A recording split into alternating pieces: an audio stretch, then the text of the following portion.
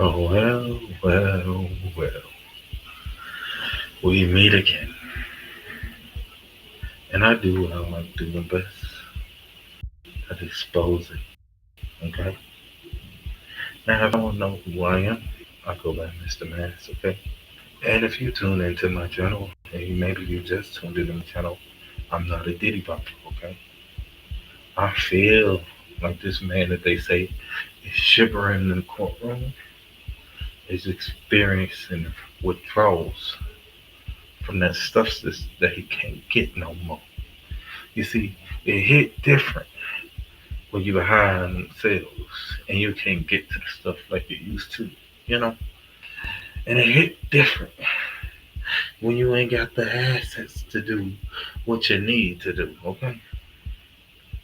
That high ain't coming. All I'm gonna say is that come down as a motherfucker, okay?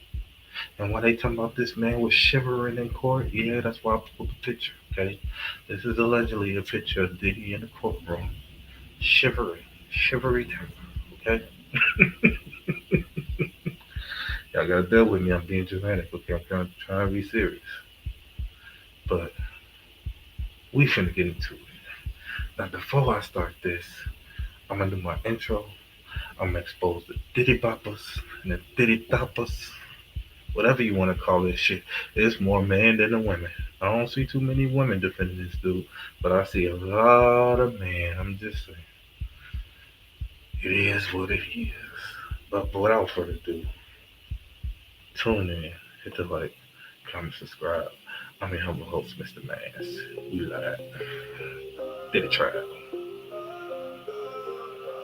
Welcome to the show, it's Mr. Mass TV. Serving all the drama just the way it should be. Stars and news making headlines daily. Turn up the volume and span it through globally. Entertainment drama, it's all in our queue. Celebrities and headlines coming straight to you. Stay tuned, stay bright, we got the newest scoop. Mr. Mass TV.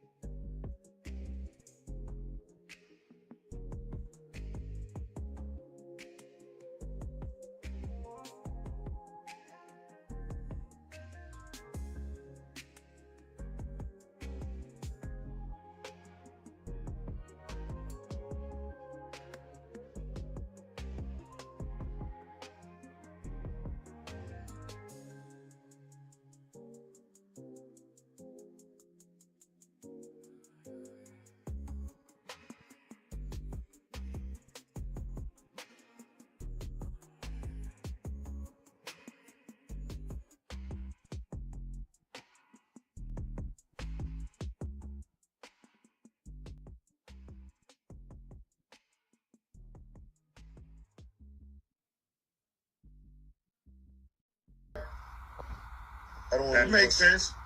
Right. That makes a lot of sense. Now, what they ain't tell us too, 4 jurors went missing this morning.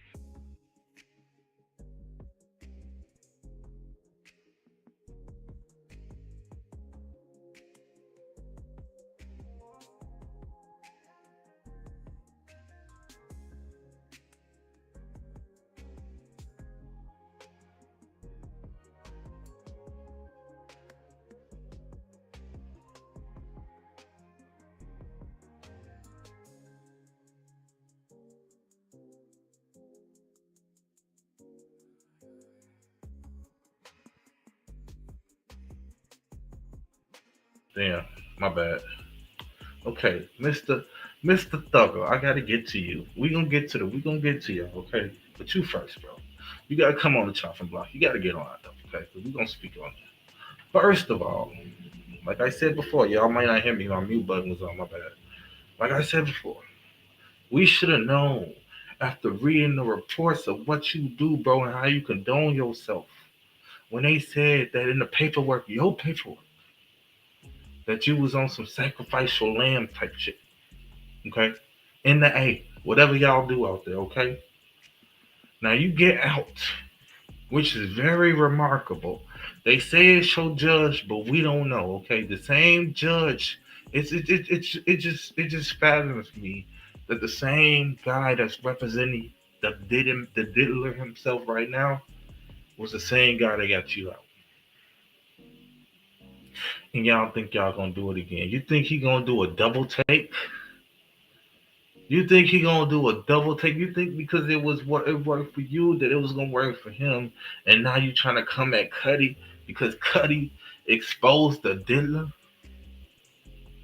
You looking up to a man that sat in the corner and watched his girl get fellatio and do all this shit like the Tin Man out of oil.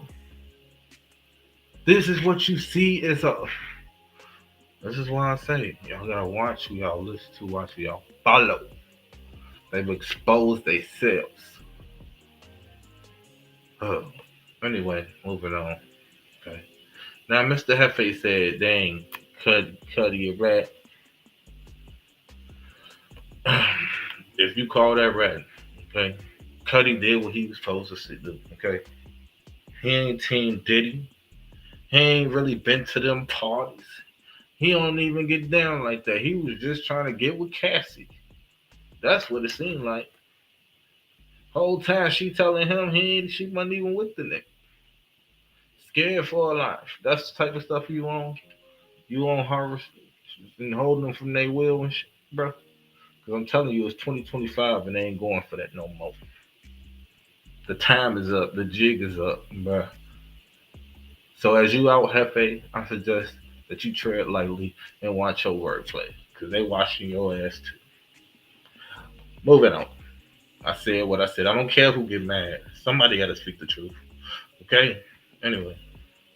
Now, Kid Cudi said Diddy's broke into his home, unwrapped his family Christmas gifts, and shoved his dog in the bag. Diddy had him so shooken up he had to smoke a couple cigarettes before he even got on the stand. And Kid Cudi went in that courtroom and Charleston white his ass up. You damn skippy. Cudi ain't struggling. Shit, Cudi still making music and money. Shit, Diddy is too, but he can't get to it. But y'all want to defend this man. Oh yeah, we gonna get to it. We gonna get to it. Cudi ain't do shit wrong in my eyes. Now, if you didn't know, this another diddler. Okay, this another Diddy bopper, Boosie. And for Boosie to say all what he said about that girl husband, do he know that the reason why she's on that stand right now is because her husband? Did you even know, Boosie, that they had more tapes that Cassie was hiding that she gave as evidence on the freakouts that's gonna probably come out? Because I know they ain't holding that shit. Anyway, moving on. Not too much on Boosie. I ain't got time for him. Oh, you want to talk about evidence? Look at this. Mm-mm-mm. Say it ain't so. Did you ever pick up drugs for Mr. Combs? Whatever said. David James. Who is David James? Who is David James? Somebody. I don't know. But David James said yes. Percocets at the pharmacy. Sometimes in my name.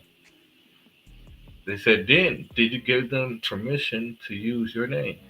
David James, I don't recall that. Was there a drug dealer?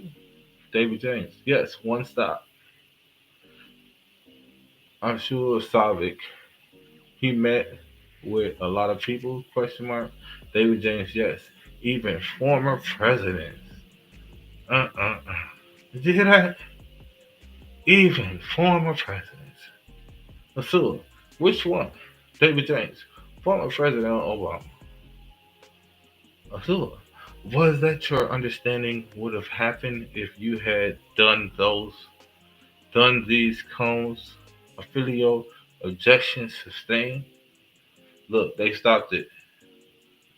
They said, what was your understanding would have happened if you had done these? Combs affiliate, that's the attorney on Combs' side. Objection, he said. Judge said sustained. Uh, uh, how the hell? What in the is going on here? They ain't been dropping this evidence, have they? They been covering this shit up, haven't they? They ain't speak on this to the trial today. Mm-mm-mm. Mighty strange. He done served to the former president. Now I'm starting to think that them interviews that Tucker Carlson and whoever the fuck it was had that dude when he was saying about you, Bomber Boy, was true, man. Cause it ain't looking too well. To each his own. Anyway, moving on. I told y'all I ain't come to play. Okay, I ain't come to play at all. Okay, we finna expose. Okay. Now 50 said it first. Now y'all ain't listen to 50. Y'all ain't want to hear what he had to say. He told y'all. He posted text messages and all. What type of man text another man saying, "Hey, daddy"? 50 like, yo, what's up? He said, "Come over for a drink." 50 says 1:30 a.m., bruh. He said, "Just one drink. Come over." He was trying to Diddy on. He had the baby oil sitting right next to the drink. 50 never responded back. 50 tried to change his number so quick. Then again, we don't know because we all heard stories. Okay, we just saying. I don't put nothing. Let me tell you something. I don't put nothing past nobody in this industry. Nobody. Who can you trust in? Nobody. I don't put it past none of these motherfuckers. Okay, they all the same. If you ask me. But a lot of them do exposing, and I feel like that shit gets swept under the rug. So who am I to and harvest this information? Anyway, moving on. Another one on the chopping block. Oh damn, it's too small. I can't even see it. How the fuck? How the hell we make this bigger? Damn it! Oh, hold on. Let me maximize it. Hold on, y'all.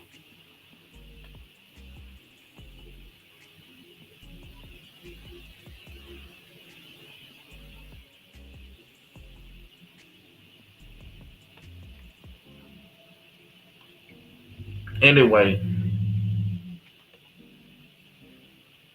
damn, where the fuck I go? Can you hear me? Can you hear me? Can you see me? Can you hear me? Okay. Can you see that? Is that a little better for you? Nikki, can't you see? Sometimes your words just hypnotize me, but I don't understand your lingo. Okay. Anyway, now listen to this. Now this was to Cassie. Cassie had a few words that was directed to somebody in the industry, a couple females in the industry. I mean, a few people in the industry. She said in this one. Okay. Now they said, what advice did any of the artists you reached out to tell you? Cassie then said, Kareem told me that Diddy is that's just Diddy. He's a little extra at times, but he means well. They then asked who is Kareem. Ventura then said another artist on Sean's label, French Montana. Huh? So we got Frenchie pumping up her head. Oh, that's just how he is. Shit, Frenchie know how he is more than a lot of people, I'm sure, because they been close buddy. We saw Frenchie, Meek Mill, all them niggas. I told you, he got a couple of them. I wonder, huh? Oh, I wonder who likes the diddler. Who? Okay, there's a lot of the motherfuckers. Shit. Some of your favorites. Some of your favorites are your favorite. He probably unhead. Anyway. Oh, okay. Continue. Ventura. Well, I didn't reach out to a lot of people. Sean had too many loyal friends in the industry. Loyal friends. Like who? Ventura. Well, like I reached out to Nicki Minaj. And she told me to stop complaining. It's part of the game. You are rich and famous. Girls would die to be in your shoes. Uh-uh. That came from Onika. Allegedly, okay? If you ain't hear it out her mouth, we just gonna, if we can take Cassie word, we gonna say it came from Onika, okay? But damn. Mm-mm. Make the money. That's what that sound like. That's a make the money, don't let it make you. I'm just trying to get what I got to get what I want. Da Players Club shit. We done heard it. Y'all know I ain't got no business. We done heard it all before. That's some Players Clubs, dollar bill, y'all shit. Okay. Anyway, that's all I wanted to do for exposing. I ain't really got no much else. Exposing shit that the key things that we done left out that they done left out and y'all probably ain't even know about. Some of y'all probably tune in and shit probably like, damn, I didn't even know that happened. Yeah. But we finna get to the experts though, cause I ain't got time for all this nonsense. Okay, and I also don't got time to be on this motherfucker too long. I got shit to do. Okay, I don't know about y'all, but yeah, tune in. Hit the like, comment, your thoughts, subscribe.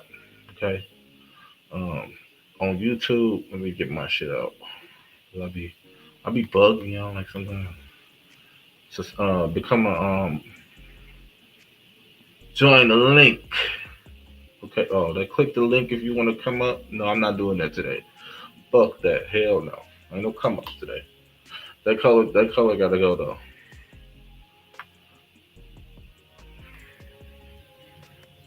But yeah, we finna get to the experts. My bad, y'all. Let me change my screen real quick. Cause they've been talking about the diddler. Okay. It's been going on. Okay. These trials, and then they say it's a key witness coming up.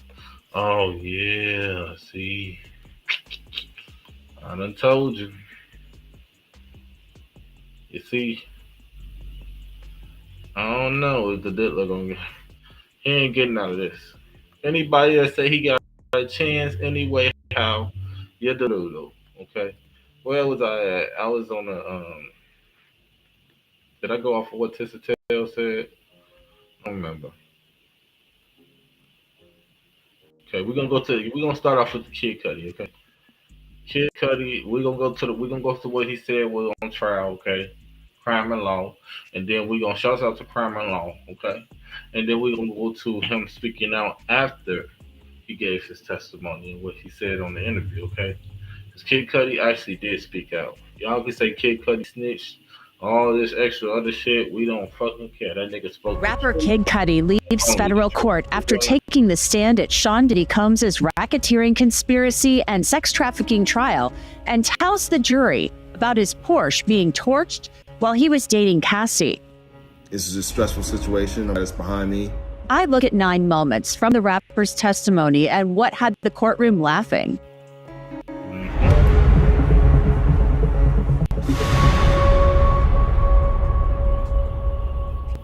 Oh yeah, this color. Welcome to Crime Fix. I'm Anjanette Levy.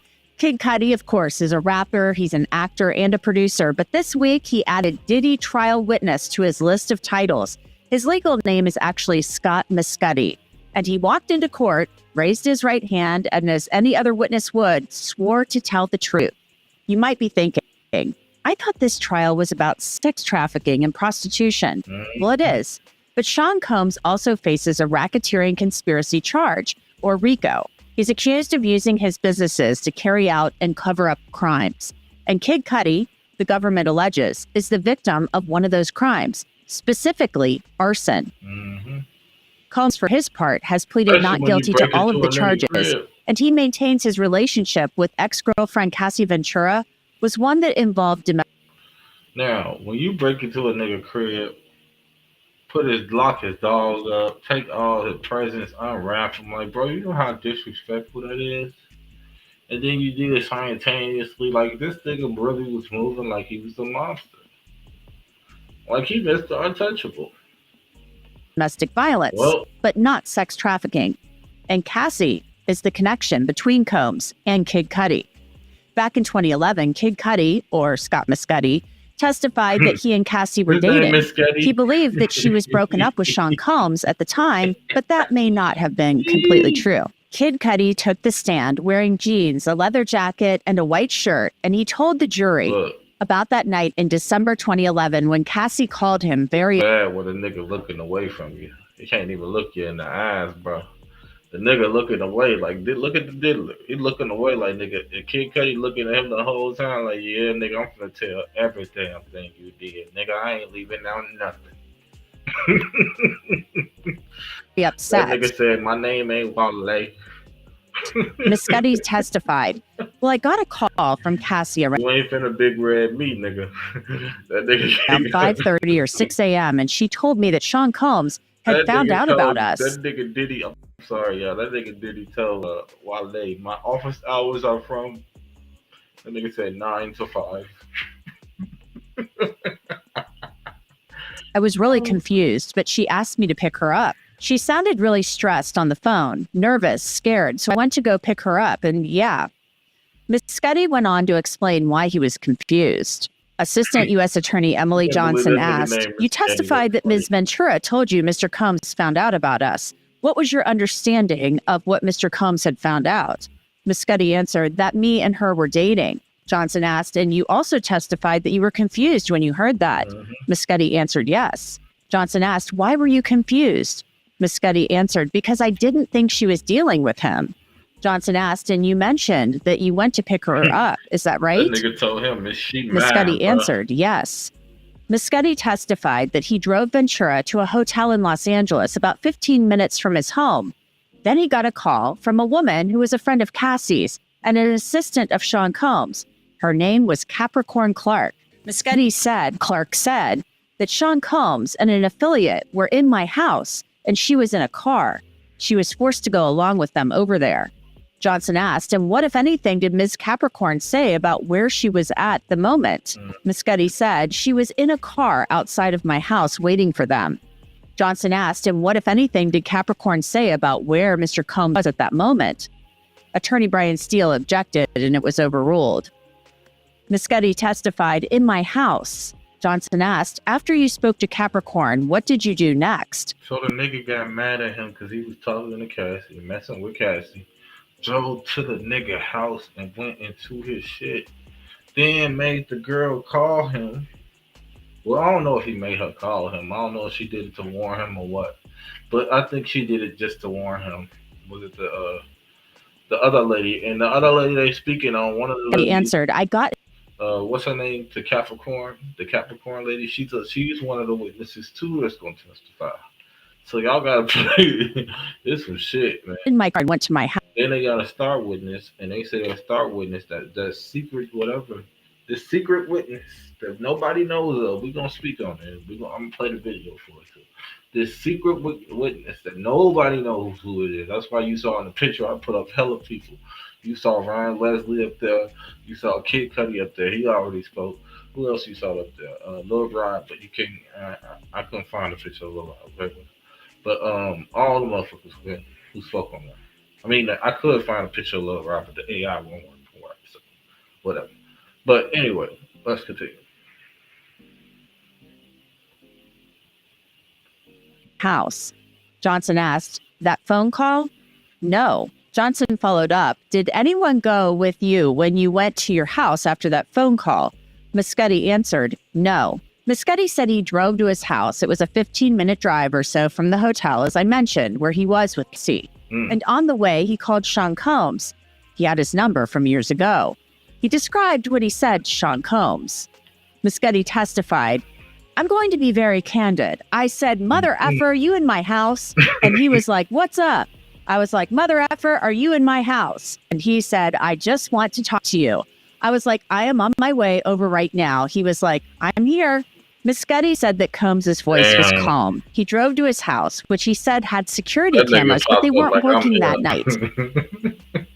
When he arrived, Miss Cudi said the cameras appeared as if they had been moved to the side. Miss Cudi said, some gifts that I bought for my family were open.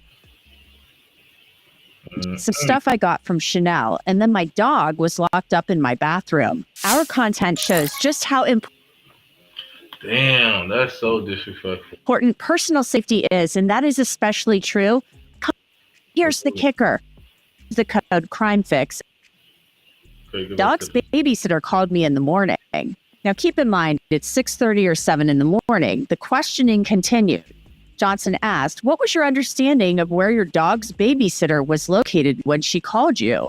Miss Cudi said, at my house. Johnson asked, was it your understanding that your dog's babysitter was telling you what was happening in real time? Miss Cudi answered, yes. Johnson asked, and what did your dog's babysitter say to you about what she saw? Miss Cudi answered, she told me my car was on fire. Johnson asked, was anyone else present at your house at the time? Miss Cudi said, no. Johnson asked, where were you? Miss Cudi said, I was at my ex-girlfriend's sister's house. Johnson asked, approximately how far away from your house were you? Miss Cudi answered, like 45 minutes or something like that.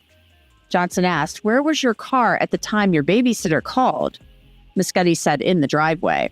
Miss Cudi said his friend Chip took photos of the Porsche as he drove back to his house. The photos show a hole in the top of the Porsche. There's also damage to the driver's seat from where the Molotov cocktail left burn marks, and there's damage to the door. The car was so badly damaged, Miss Cudi said it couldn't be repaired. So the nigga, oh no. They cut open the roof, the top of the roof, and threw a cocktail bomb in that motherfucker. When he arrived at his house, he said the bottle from the Molotov cocktail was on the ground. It had been in the driver's seat. When asked his reaction to his car being torched, it was very simple. Miss Cudi said, he said, what the F word? Miss Cudi said the cops were at his house and he filed a police report, and it was his understanding this was no accident. A couple of days later, Miss Cudi said he had his manager set up a meeting with Combs through his head of security, D-Rock, at the Soho house. Miss Cudi testified, I walked in and I met Rock. He was escorting me in the room, and then I got to the room. It was one wall was all windows, and Sean Combs was standing there staring out the window with his hands behind his back like a Marvel supervillain. Yeah, it was just me and him in the room. Yo. This nigga said he was standing at the window behind his back like he was fucking, what's that nigga, Lex Luthor? He said that nigga thought he was the Joker. Oh man, that's funny. No security, nobody. Miss Cudi said, we discussed, pretty much the whole story about how me and Cassie first started to date to what it was to how it ended. And his whole point was, we were homies, that was my girl. I let him know that, she told me they were broken up and I took her word for it. Yeah. Johnson asked, what was Mr. Combs' demeanor during this meeting? Miss Cudi said, very calm. He kept offering me water. He offered me water twice. Johnson asked, what was your reaction to his demeanor? Miss Cudi said it was very off-putting. It was weird that he was so calm. Miss Cudi said Cassie then showed up, and he testified he was upset to find out that she had gone back to Sean Combs. He told the jury, quote, she pretty much kind of explained that we fell in love and things just happened and, Miss Cudi testified, yeah, we stood up, shook hands, and as I was shaking his hand, I said, what are we going to do about my car? I made sure to ask him right when our hands were clasped together, where he couldn't run away and I could look at him square in his eyes.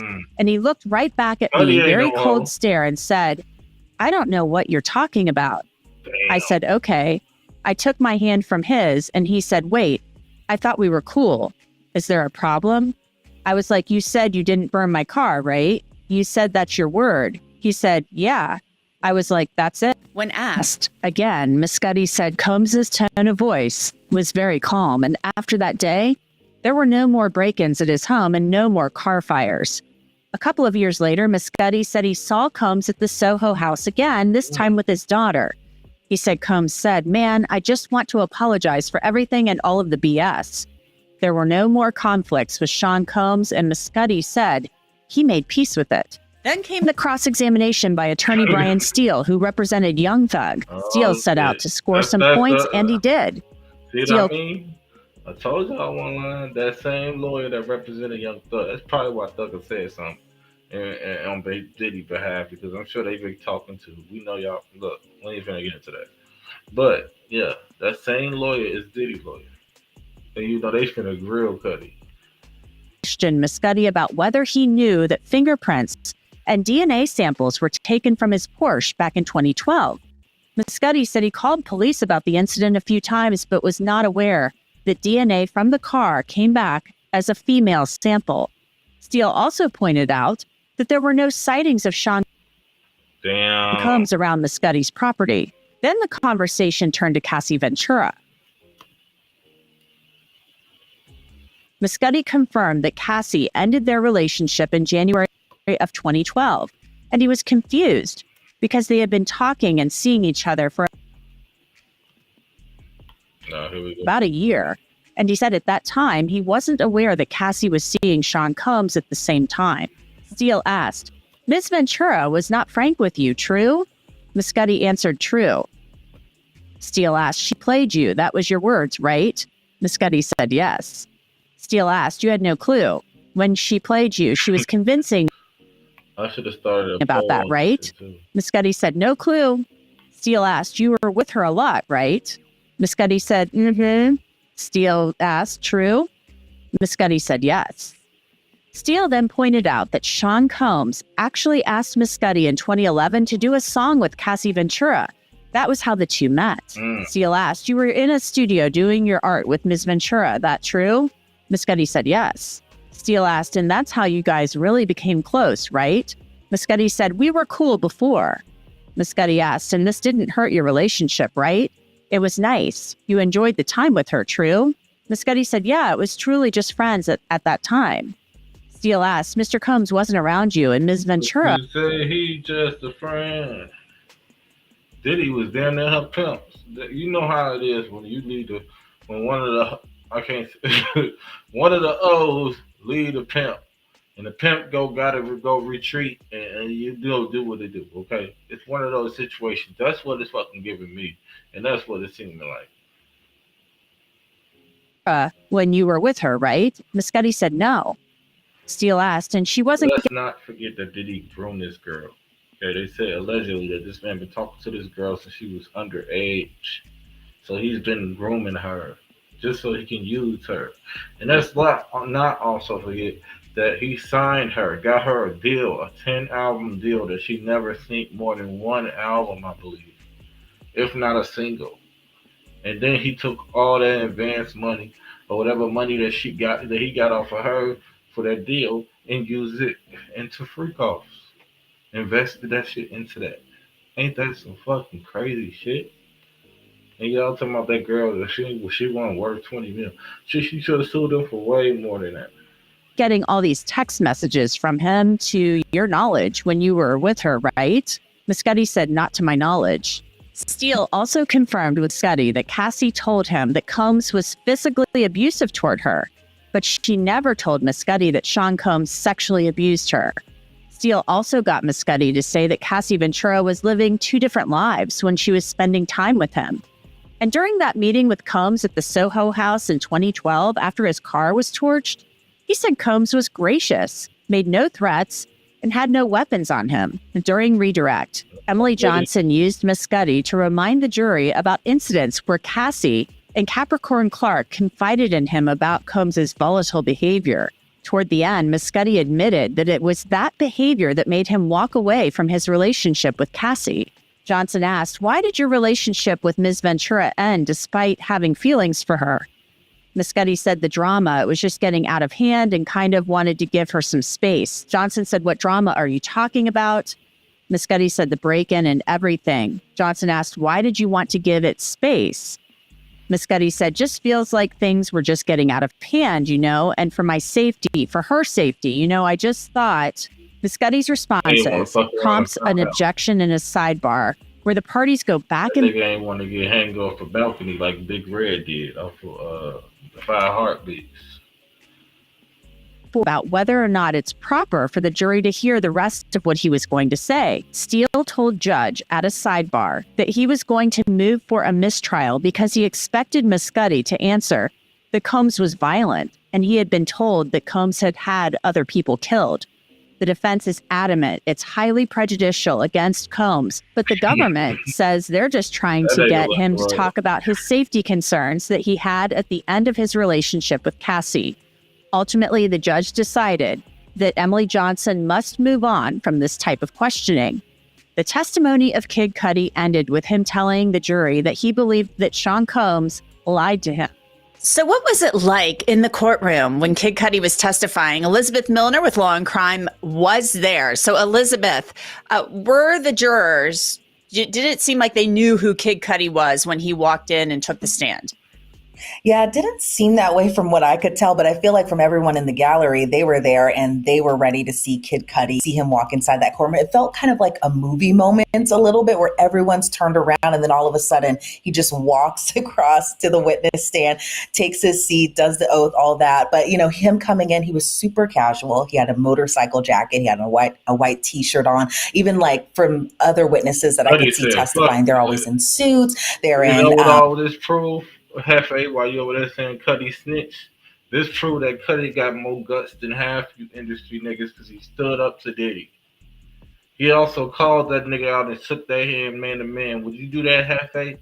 Or would you bow down and kiss the shoe? Like a lot of you two goody two shoe ass motherfuckers do. Bootlickers. Anyway, more professional type of wear and that thing. But as far as Kid Cudi is concerned, yeah, motorcycle jacket, his earring, his jeans, just walked up to the stand pretty casual. I didn't see the cigarette smoking or anything like that. But, when he was on the stand, he was very casual even throughout. He just seemed like he was just there to kind of speak his piece, say his part, and then just kind of move on from it. And he seemed like... I might go take down a whole fucking empire right now. Fuck you talking about? Like he was kind of just ready to get this part over with for sure. And he seemed like he was a little bit of a charmer, actually, on the stand. And I'm getting that just from the transcripts because it sounds like he was just authentic. He was just him. And there were some laughs from what I understand in the courtroom from some of his testimony, even though this is not a laughing matter. Tell me what happened with the laughing. Yeah, so he had some interesting one-liners when he was on the stand testifying, a lot during the direct. So one of the big things was just his reaction to his car being blown up with a Molotov cocktail. And yeah, they were AUSA Emily Johnson was just like, what was your reaction to everything? And then he just candidly said, what the F? Obviously, I can't say, the real way he had it. I think we would all have that reaction if our car was blown up.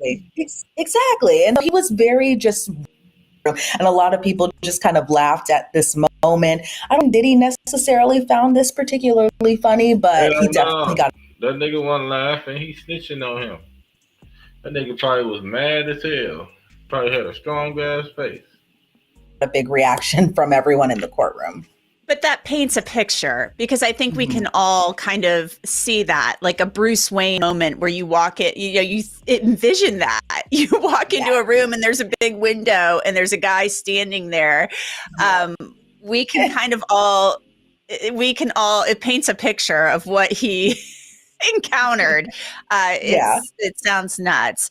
And then he basically told the jury that he thought Sean Combs was lying which I found amazing that was allowed in. He thought Sean Combs was lying when Sean Combs was like, I don't know what you're talking about. Your car got blown up. What do you mean? Yep. Diddy lying about everything. Yeah, I was surprised that part got in because that was kind of more towards the end of his testimony where he kind of got that little portion in. But he seemed like he knew who was behind this the entire time. When he was asked whether it was He knew what was accidental or going on. intentional. He was firm in believing that this was an intentional act. I know kind of under the cross-examination, they were kind of trying to frame it as maybe someone else did it. There were female fingerprints found Male on the Molotov DNA, yeah. cocktail. Exactly. But he seemed firm that Sean Kid Cudi Combs, is the aka only. Diddy, might have been the one responsible for what had happened to his car, which Let's was just never make this able. be clear, because y'all like to talk shit and say how Kid Cudi was snitching and all this extra other shit. Kid Cudi was the first and the only one who I feel like since that's been on the trial telling the truth. A lot of motherfuckers been beating around the bush. Even Cassie, I'm pretty sure Cassie had some shit too that she didn't want to tell. I want to say all that shit out because at this point, something is fishy going on. But when you got fucking powerful people names being brought into this trial, that shit, and they say that they are forming a RICO. Now they are making a RICO. This is what we gonna let the experts talk. Right now, as we speak, y'all keep saying it's not a RICO case. It's not a RICO. Guess what? They building the fucking RICO. All right, I'm joined now by defense attorney and former prosecutor Mark Iglarsha. I always love talking to you about this. Mark, it's amazing how much angry debating is going on between lawyers, legal analysts, people who are watching the trial, reporters, as to, yeah, all of this Diddy shows got a that lot of Sean Diddy Combs is a bumpers out terrible there. guy, but it doesn't amount to RICO. I am one of the people who argues and debates that a lot of this shows RICO. And, you know, Kid Cudi seemed to have a lot of stories that matched up with the predicate acts to RICO. Did you agree or disagree? Well, it helped. But here was my feeling on Kid Cudi.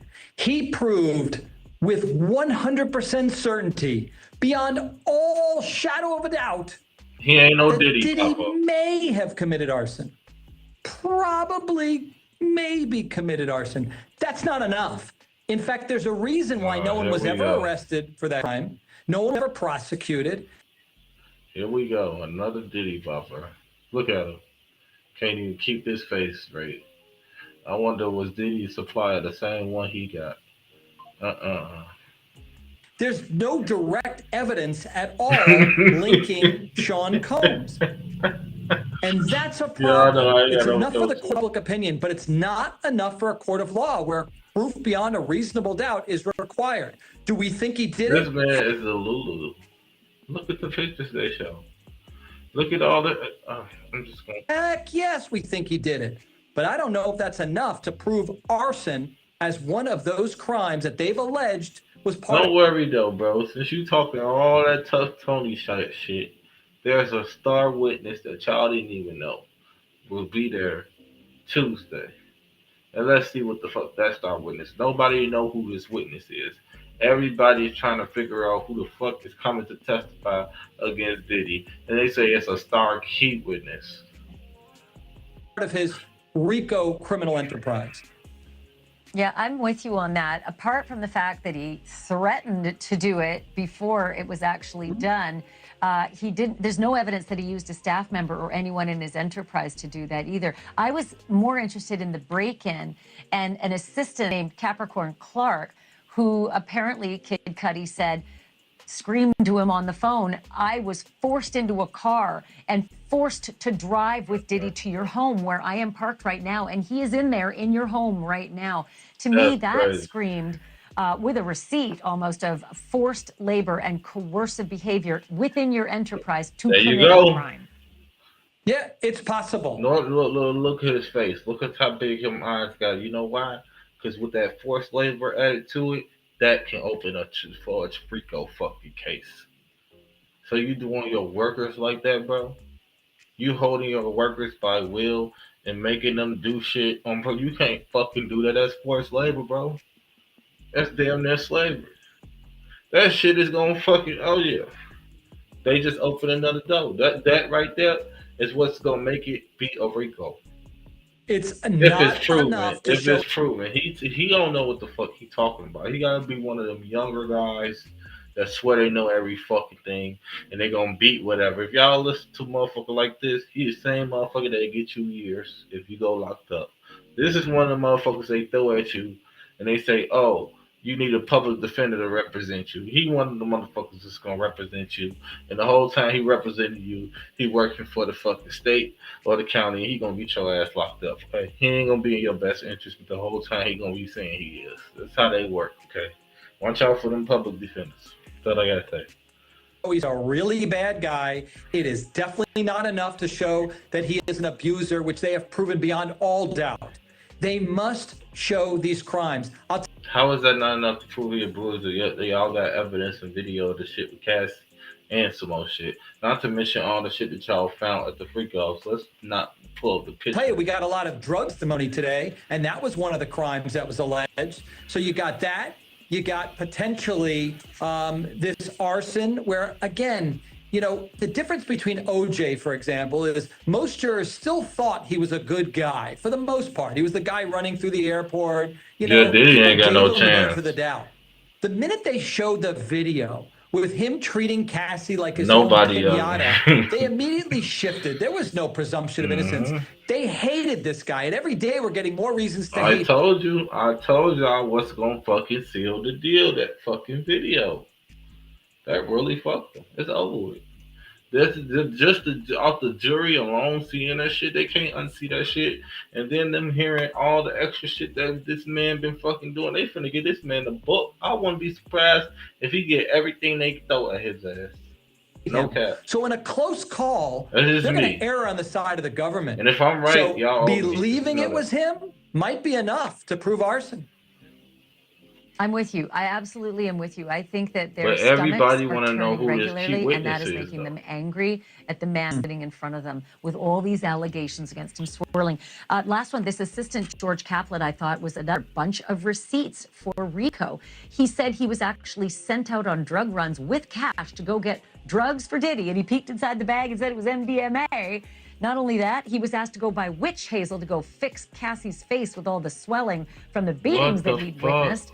And so to me, that was, again, a staffer who's meant to be. Oh, and by the way, the witch hazel was supposed to be purchased on the company credit card.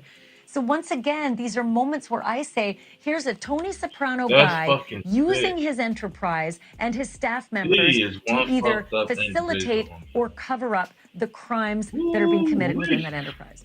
And I know he ain't the only one. I love to disagree with you, but I can't. On this point, I cannot, actually. I believe that they're starting to shape. And again, don't judge the case now. You know, it's like judging a building when they put blocks together, bricks together. It's not done. You know, maybe there's more direct evidence about the arson. But at a minimum, if this guy's believed, we know he was doing the work of the Al Capone of the lube world. He was buying the drugs. He was cleaning up the room. It puts Diddy at the top and him as one of the co-conspirators in the RICO. I really hope that TMZ picks up that headline, Al Capone of the lube world. Don't fucking hold the fuck up. What y'all not finna do is compare this weirdo to no fucking Al Capone. May he rest in peace. Do not disrespect one of the greatest, okay? Shout out to, you know what, y'all disrespectful. I don't think I've heard anyone put it better. Ever compare to Al Capone. Fuck out of here. Real quickly, when the defense actually does, and I've got like 10 seconds, but when the defense does begin its case, what do you do? Like, what do you do? You argue that this wasn't rape, it was regret. You argue it wasn't against her will. She stuck in there. She wanted this. And yes, there were times that she was beaten and it was bad, but she stuck around. And you sound like a fucking sicko. You sound just like a PDF file, just like the rest of them. You sound just like them. And if that's how you fucking feel, who's to say that's how you treat your own fucking women, bruh? Who's to say that's how you get down too, bruh? When y'all start defending like that, just defending and going on a man's side like that, like it just shows what the fuck character you have, bro. And you don't give a fuck at all. It was consent. That's what the defense will have to hammer. It's not gonna work. Oh, it's gonna be an uphill climb. You got to come back. Thanks, Mark. Look, they trying so hard. Oh, they trying so hard, but y'all ain't got no shot. It ain't fucking working. Okay. Now listen to this. new witness to shake up everything. Drag that in. They said there's a key witness coming up. Yes. There's a lot of places you could get sent. Who is going to testify next in the... Look, they scared as hell. Who is going to testify next? Who would it be? Okay. Anyway, let's take it again though. Explosive sex trafficking, racketeering, prostitution trial of Sean Diddy Combs. Federal prosecutors, they're about to call a slate of bombshell witnesses who could blow this case wide open. Maybe alleged victims, the former employees, even celebrities. The testimony could expose the darkest corners of Combs' inner circle. We're going to break it all down for you right now. Welcome to Sidebar, presented by Law and Crime. I'm Jesse Weber. Hey everybody, this is another. The stakes could not be higher, and so what we want to do is kind of preview who else is going to take the stand, who else is going to testify. Now, I'm going to give you a caveat here. We are recording this Thursday morning, so I don't know necessarily for sure 100% who's going to be testifying for the rest of the day. Just keep that in mind. But to break down who we might see next on the stand, I am joined by Law and Crime's legal counsel, Elizabeth Vulai. Elizabeth, great to see you. Good to see you. Thanks so much for taking the time. So we have a lot to get into. I want to dive into some of the names that came up during opening statements because it's a good preview of what to expect. And we heard about additional alleged victims from the indictment. So first up, we heard about this Jane. So according to federal prosecutors, Jane, this was during the opening statement, Jane is a single mother who dated Combs in 2020. She's expected to testify about being coerced into drug-fueled freak-offs with escorts, very similar to what Cassandra Ventura had to testify in week one. And during openings, prosecutors gave us more context about Jane, who, by the way, is using a pseudonym for her protection. They described her as, quote, a single mom who started spending time with the defendant in 2020. The defendant pursued and romanced Jane, who fell in love with him quickly. Jane was seeing other men, but the defendant was seeing other women at the time, so his relationship with Jane was not at all public. This was until the defendant introduced Jane to freak-offs. Jane thought the first freak-off was a one-time wild night. Jane was wrong. And prosecutors went on to describe another alleged freak-off. Quote, the defendant instructed her to put on an outfit and call up an escort for a freak-off. He made Jane cover her black eye and bruising, take an ecstasy pill, and perform for the defendant with that escort. Like with Cassie, the defendant's violence had gotten him what he wanted. Next, we have a Mia, possible pseudonym. This is a personal assistant whose story we're only just beginning to hear, by the way, in opening statements. Prosecutors claim that she will testify that Combs sexually assaulted her after years of allegedly exploiting her labor. During opening statements, the prosecution laid out what Mia is expected to reveal. Quote, Mia, an employee who the defendant worked to the bone for years, will tell you about the times that the defendant forced himself on her sexually. So a lot to break down here first. So Elizabeth, let's talk about Jane first. You know, the prosecution obviously strengthened numbers.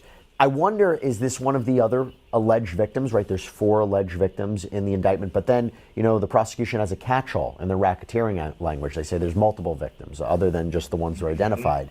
What do you think we can anticipate from Jane? Why do you think the importance of Jane's testimony is? Yeah, so I think Jane's testimony is going to be important for a lot of reasons. I think one, what the prosecution really wants to establish is that this wasn't just a one-time relationship with Cassie, you know, that the defense is saying is volatile and toxic, that this was part of an ongoing pattern. So the more female victims, alleged female victims that the prosecution can produce, the more they can show that this was, you know, an overall enterprise, which kind of goes to the racketeering charge. You know, if there's similar allegations of sex trafficking, of being forced or coerced into these freak-offs, and similar claims that Cassie made, that only strengthens their case. And why she might not have reported immediately or left immediately, right? Because that was one of the big questions surrounding Cassandra Ventura's testimony.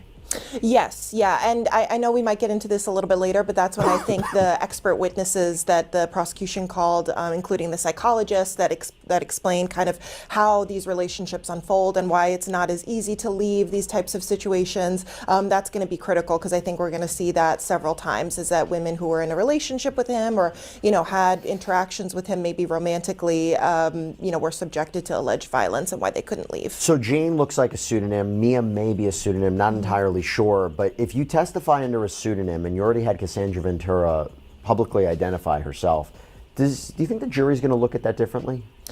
I don't think so, because, if they come in and testify and they're in that courtroom and the jury is there to listen to their testimony, I think it's going to have the same effect. Obviously, of course, the jury, believes the testimony and takes it to be true.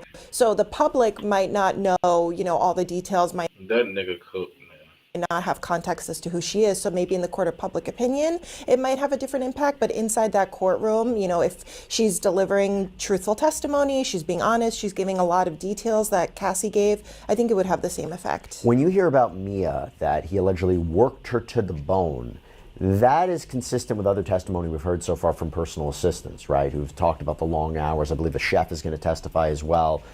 Forced labor is one of the underlying crimes of racketeering. So the prosecution needs to prove at least 2 predicate underlying crimes, maybe forced labor. Is that what we're getting at there? And I don't know. There's people who look at this and say, long hours, 80 to 100 hours, is that really forced? What are we talking about by forced labor? And do you think, am I right that that's maybe where they might be going? Forced labor is forced labor, bro. They always try to make it stupid. Right, I think that's exactly what. Anyway. As well. I mean, it's a big consideration. Okay, now I want to talk about employees. So specifically, the inner circle of Combs' alleged criminal enterprise. This is what you need. If you're saying that he conspired with others to further criminal activity and that he had employees and he had staff and bodyguards and people helping him commit crimes and cover them up, this is who you need to testify. And we already heard from 2 personal assistants. They were questioned about immunity agreements and proffer agreements and what they experienced in helping set up hotel rooms for freak-offs and cleaning them up, and seeing guns and violence and those things of that nature. So one big name that has emerged is Christina Courtroom. This is Diddy's former chief of staff. Her name has come up in the past. It has come up in other litigation. Her role really came into sharp focus during the trial when text messages were introduced allegedly showing her coordinating with Cassie Ventura's best friend, Kerry Morgan, to track down Cassie after a violent incident. Damn. The prosecutors claim this happened when Combs, apparently armed with a hammer, was allegedly trying to break down a door to get to Cassie following that now infamous March 2016 incident at the Intercontinental Hotel, where Diddy can be seen allegedly assaulting Cassie in the hallway. And here's what we know from the testimony. So when asked if Coram was one of the employees who would try to contact her about Cassie, Morgan replied, yes. And why would Coram reach out? Well, Morgan stated if he couldn't get in touch with Cassie usually. And then we have the text from that hammer incident. So a 2016 altercation where Combs allegedly tried to break into Cassie Ventura's Los Angeles apartment following the physical confrontation at the Intercontinental Hotel. And Kerry Morgan's testimony lays just the chaos of that night. Quote, I called Christina and I called D-Rock. I called Christina to come and get him, meaning Combs, to go home. As far as what happened, when police responded to the scene, Morgan was asked, who, if anyone, did you tell about the police officers arriving at the apartment? She responded, Christina Coram. And then the text exchange between Morgan and Coram shows this raw tension, with Coram allegedly texting Morgan, I'm so sorry I missed your calls. I'm just so not used to this. Bleep, are you okay? Morgan responding, it's so dramatic. I haven't been looking at my phone. We're okay, but it's just so nuts. They gotta call her, right? Don't they have to call her? They definitely have to call her. If they don't, I would be really surprised. So she was his chief of staff, right? And part of what the prosecution is trying to prove with the racketeering charge is that this was an overall enterprise. This was a if she do testify, she's gonna be on Diddy's side. I'm letting y'all know that now. She probably got so much dirt she holding, but I don't know if she's gonna squeal on that nigga because he probably got dirt on her too. So if they that's the can't case, prove that by just having Coleman. Interesting. This Christina girl.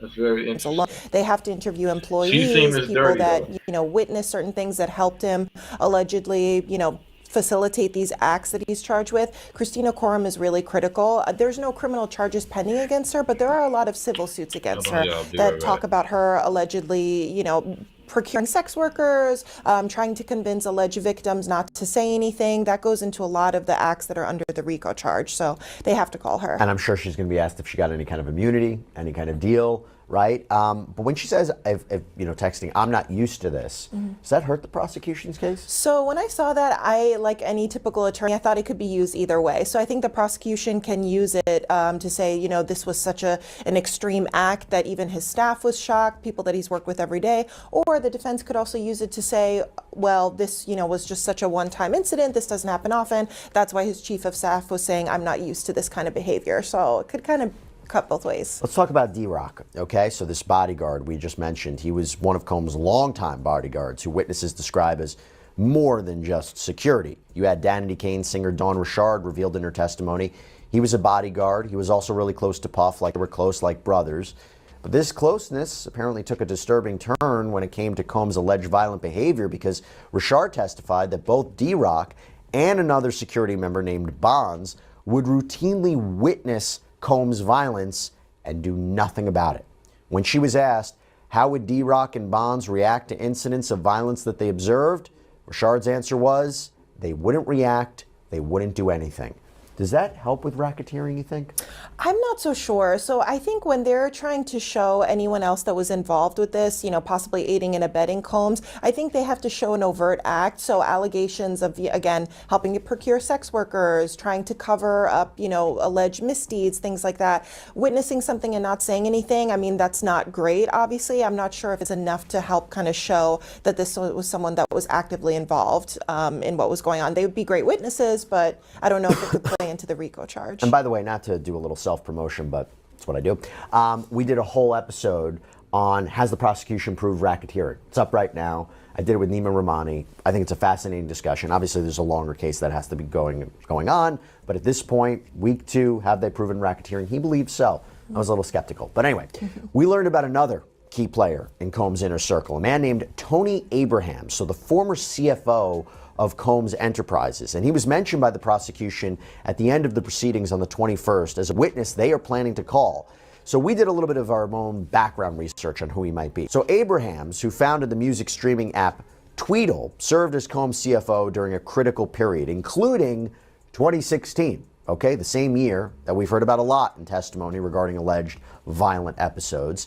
And while we don't know exactly when he left the company, there is a 2016 Facebook post that seems to confirm his role at the time. The post reads, as Chief Financial Officer of Combs Enterprises, Anthony Tony Abrahams oversees all financial activities of the various operating companies in addition to investments built and cultivated by Sean Diddy Combs, as well as the personal business and financial matters for Mr. Combs. He also helps to identify and pursue strategic investments that expand the reach and influence that Mr. Combs has on entertainment, media, fashion, spirits, culture, and other sectors.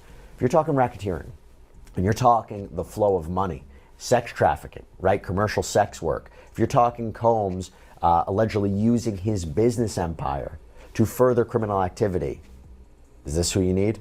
Yeah, I think this is exactly who you would need. So again, like you mentioned, the exchange of monetary funds or any type of money is really critical when it comes to acts like sex trafficking, coercion, things like that. So if you have somebody that has inside knowledge and that might even possibly have been involved in funneling this money, that helps to prove those charges. And just again, the overall enterprise of it, because that's what racketeering is premised on. Again, not one-time incidents with, escorts, but this overall enterprise that was helped set up. And again, Combs couldn't do that himself. That's what the prosecution is trying to argue. So when you have people like this who might have inside knowledge about where that money was funneled, I think that would be really important. And staying on the topic of employees, we have heard the name Capricorn Clark. This is apparently Cassie Ventura Fines. She's now fined. Cassie Ventura Fine testified that this was somebody who worked for Diddy as a director of marketing. And she knew Cassie was dating Kid Cudi for a brief period.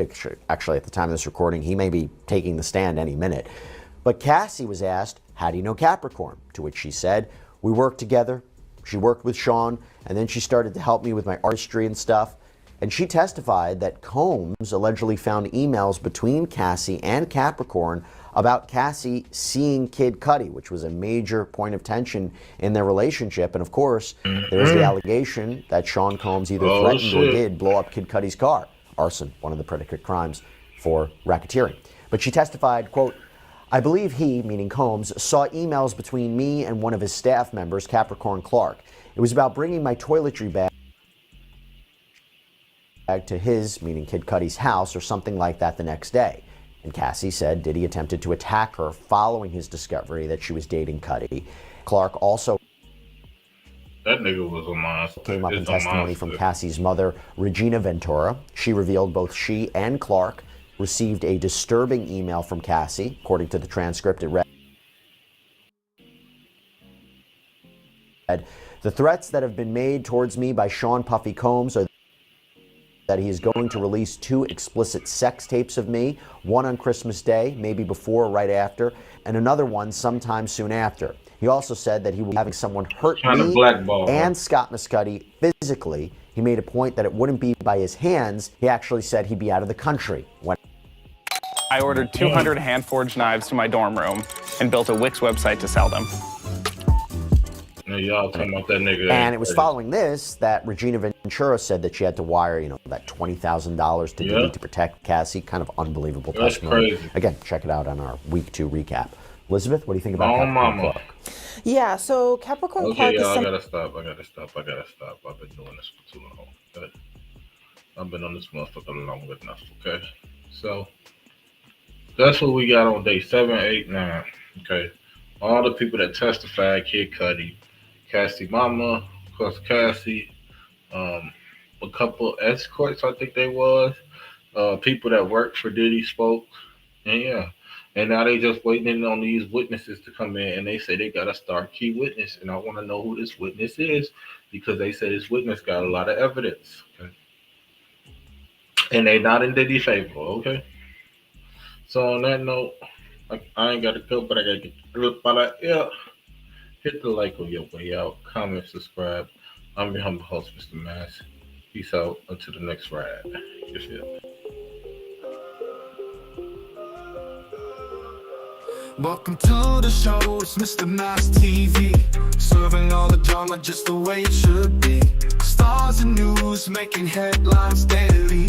Turn up the volume, let's span it through globally. Entertainment drama, it's all in our queue. Celebrities and headlines coming straight to you. Stay tuned, stay bright, we got the newest scoop.